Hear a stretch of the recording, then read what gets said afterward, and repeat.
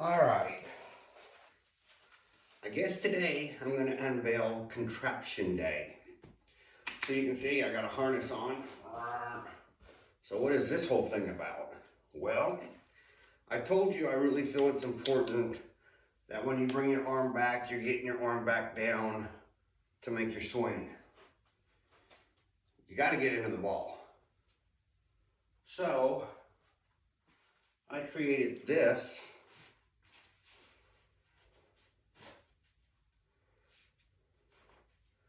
to do that. And this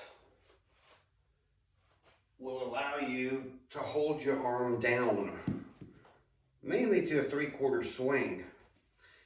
And it takes a couple hits before you get going, because as you can see, I can't really bring my arm over my chest unless I really bring it in. But if I turn, then all of a sudden, I can hit the ball. So this is supposed to remind you to make a bigger turn. And what I like about it is because when you're turning, it's like a dance partner. You're not turning your dance partner off to the side and doing a do-si-do. You're dancing with your partner in front of you, and this club would be a representative of your partner. I also like the fact that when you do this, it's teaching you where to place this hip, because I guarantee you, if you come here and get too much weight over that right foot and start turning, you're gonna find that you can't really, your hip won't turn any further. But if you come up and keep this hip over and back a hair and turn, it forces you to keep that turn more centered over your body. If you talk to people who measure these things, they'll tell you your average pro golfer doesn't move this way more than ½ an inch. And by the time they start coming down, they've already started to move this way and make their turn. Get this over a little. So this is kind of like the same theory. You want to learn how to start making a turn, and you can still hit the ball. You can also still work on things like your lag, so that you can come up.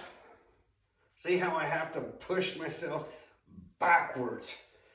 If I let this arm drag me this way, I can't finish a good turn. But as soon as I just relax and get going and stay where my hips need to be, I can make a great turn. And so yes, you can hit balls with this on.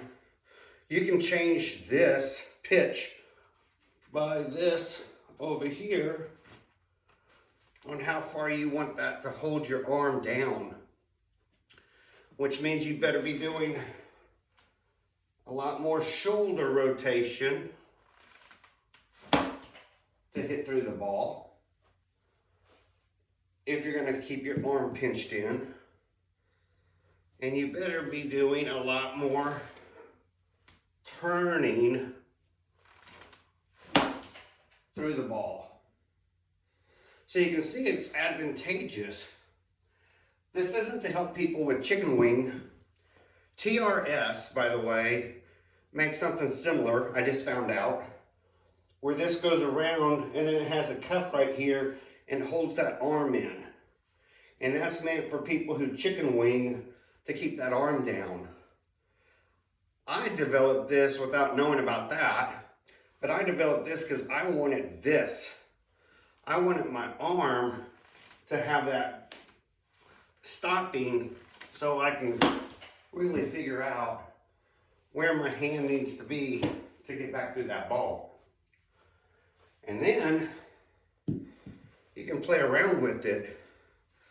You can say, well, I'm going to keep my hands low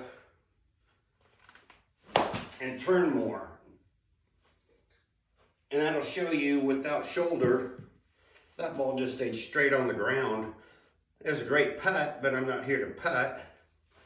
But if I start rotating as I'm turning, then I can hit where I'm trying to hit on my net. In this case with a 52 degree. You can go to a 7-iron.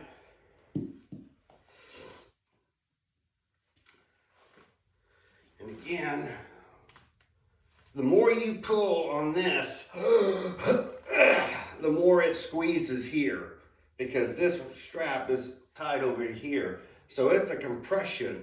So if you fight it, you're not going to like it. But if you don't fight it and learn how to start getting your body in the right rotation and get those hands down,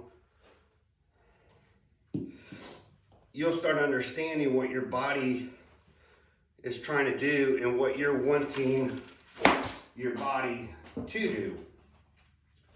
So all this is just a preventative from going too far. And you're supposed to be remembering what it feels like to turn to hit through the ball. That way, when you're done with this contraption, just loosen it back up, take your arm out, take that off. And now you should be remembering what you were doing so that now you can start hitting and getting your hands back where they need to be and getting rotation, this being rotation of where you want it. Now I would highly recommend, for those who don't have a strap, they don't sell them. I actually made that one. I'm thinking about maybe marketing it one day, but I'm lazy. Who knows? We'll see. But I'd like to. I mean, it's a good idea. But if you don't have that, start working on this. Keeping that hand forward and learning where you need to come from as you make that turn. Like these are all going slightly left. Slightly. But we don't want slightly left. So you got to learn how to straighten them up. And that, a lot of it depends on where this left arm is. Then I really want you to worry about this. Up, through, shoulder down, turn, other shoulder down. And then you'll start learning what you need to do if you turn big shoulders. See how I can't get that hip? I got to get that hip back out. Turn shoulders through. And then you can work on your lag. And you can work on just being smooth. So eventually, that didn't work out. I want you to work on your timing and your backswing so that you can start really pausing for a while at the top. When you start playing golf, you're not going to pause at the top. But if you start right now in your practice sessions and try to make your swing as smooth as possible. Oh, there it is. So try again. You'll start hitting good straight balls and setting a good fundamental. And what you're really trying to do is groove your swing. So if I want to get my hands way down, almost like to my knees, and you've seen golfers do this, I can still hit a good shot. If I want to bring my hands up and get the club almost straight with my body, I don't do this too often, but we'll try. Great shot. So once you start learning the position of your chest and your hips, then you can work on how much angle do you want here for your lag. And I like a little bit more angle. You can also start working on getting your left shoulder, and I don't mean this part, I mean that part back here. You want to feel that left shoulder coming up and through that ball. And then you got to make sure, the last thing you have to make sure is you're coming back and dropping back through there. The more you drop back here, two things are going to happen. Either A, you're going to start flighting your balls high, or you're going to start topping them until you get used to getting those hands through. But if you're trying to generate more club head speed, then the bigger you turn and get through, the smoother it gets and the more club head speed. And if you get off and you're like, man, I had it going, but I don't have it going again, then you just go grab your little guy. And I'm interested in making some for people. If you're interested in it, we'll work something out. But you just take this,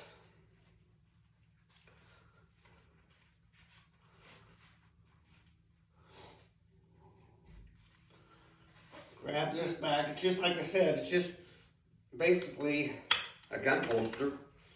This is to prevent your chest part from sliding around too much. It's easy to take this part, slide your arm in. I try to get this strap with my elbow and then lock it down where you want it. And then again, you can sit here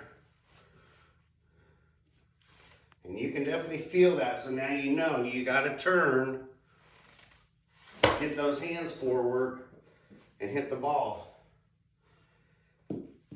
And so if you really want to start working on getting a smooth swing where you know where your hips are through the swing, this just helps remind you that you have to make a bigger turn.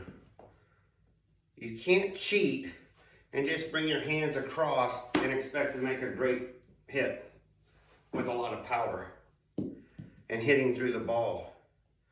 But once you learn where those hands need to go and need to get down through that ball, this makes it very easy to help train you. And then you can just concentrate on like shoulder action. Like I really want to get my shoulder right now, nice and easy, but through that ball. If I want, tighten it. Now I don't have hardly any arm. It's going to be very close to my body. So see, now I can hardly, but that's great for just working with your wedges. So this gives you the ability to make some changes, but like I said, it's still going to teach you how to turn around on your hips and get through that ball. And you're going to start noticing ball flight's too low. You didn't get any shoulder in. You're going to have to tilt that shoulder down as you come through to hit whatever height it is you're trying to accomplish. And yeah, you can still do things like open up the club face. You can still sit here. And you'll start learning. You'll start going, quit fighting it. And you'll start feeling how to get your arm back to the position you want it so that you can come through the ball however you want and however much lag you want. So if you want a ridiculous amount of lag, holding it, letting it through, you can still do that. If you want to be one of those guys who doesn't do a whole lot of lag, and they look like they're more of a big putter getting air, you know, on each side. But they're doing a very basic swing back, swing forward to pitch or chip, really, the small one. So to chip the ball, you can start learning how to do that. So this will give you a lot of things to learn, and then when you take it off, after you've used it, just pop it off, pull this out so you can get your hand back.